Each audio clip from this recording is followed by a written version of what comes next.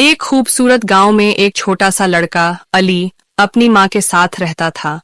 अली बहुत अच्छा बच्चा था, मगर कभी कभी झूठ बोल देता था ताकि डांट से बच सके। उसकी माँ ने उसे कई बार समझाया कि सच बोलना बहुत जरूरी होता है, मगर अली को ये बात समझ नहीं आती थी।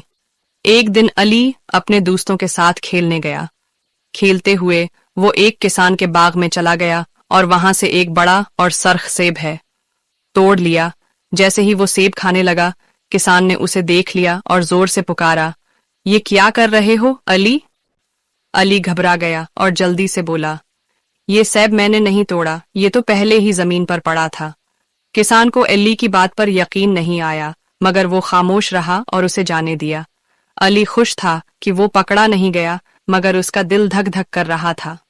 अगले दिन अली हवा में उड़ा और अपने घर वापस आ गया।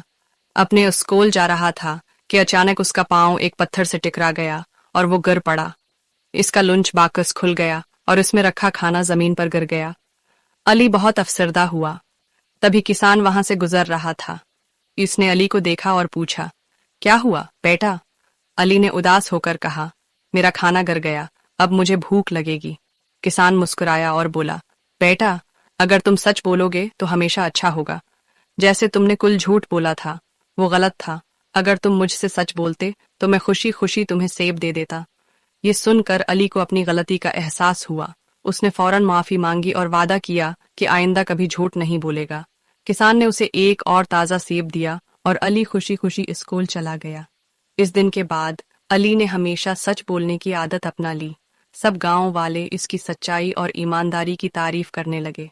सच बोलने वाला हमेशा इज्जत पाता है और झूठ बोलने वाला खुद ही मुश्किल में फंस जाता है।